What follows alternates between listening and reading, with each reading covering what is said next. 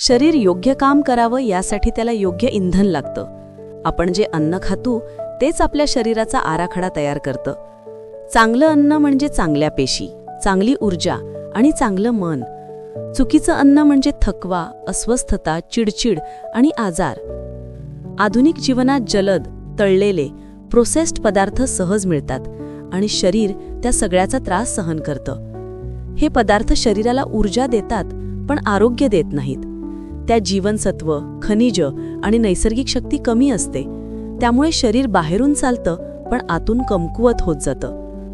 पौष्टिक आहार म्हणजे रंगीबेरंगी भाज्या, ताजी फळं, कडधान्य, अंकुरित पदार्थ, निरोगी फॅट्स आणि पुरेसं प्रथिनं.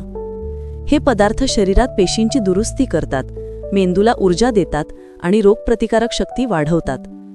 चांगलं अन्न म्हणजे शरीराला दिलेली प्रेमाची भेट आहे.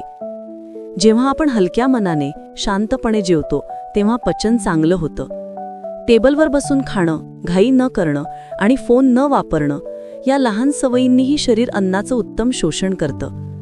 जेवताना मन जिथे शांत, तिथे शरीर अधिक निरोगी होतं. अन्न हे केवळ शरीराला पोषण देत नाही, तर मनाच्या गुणवत्तेलाही बदलतं. जड, तूप तेलयुक्त किंवा जंक फूड मनाला आळशी आणि सुस्त करतं, तर नैसर्गिक अन्न मन स्वच्छ आणि हलकं ठेवतं. हे अनुभवताही येतं. पौष्टिक आहार म्हणजे आयुष्यभराचे आरोग्याचे बीज आहे. जेवणाला आदर दिला तर शरीर त्याचं फळ शांततेच्या आणि तंदुरुस्तीतल्या रूपात देतं.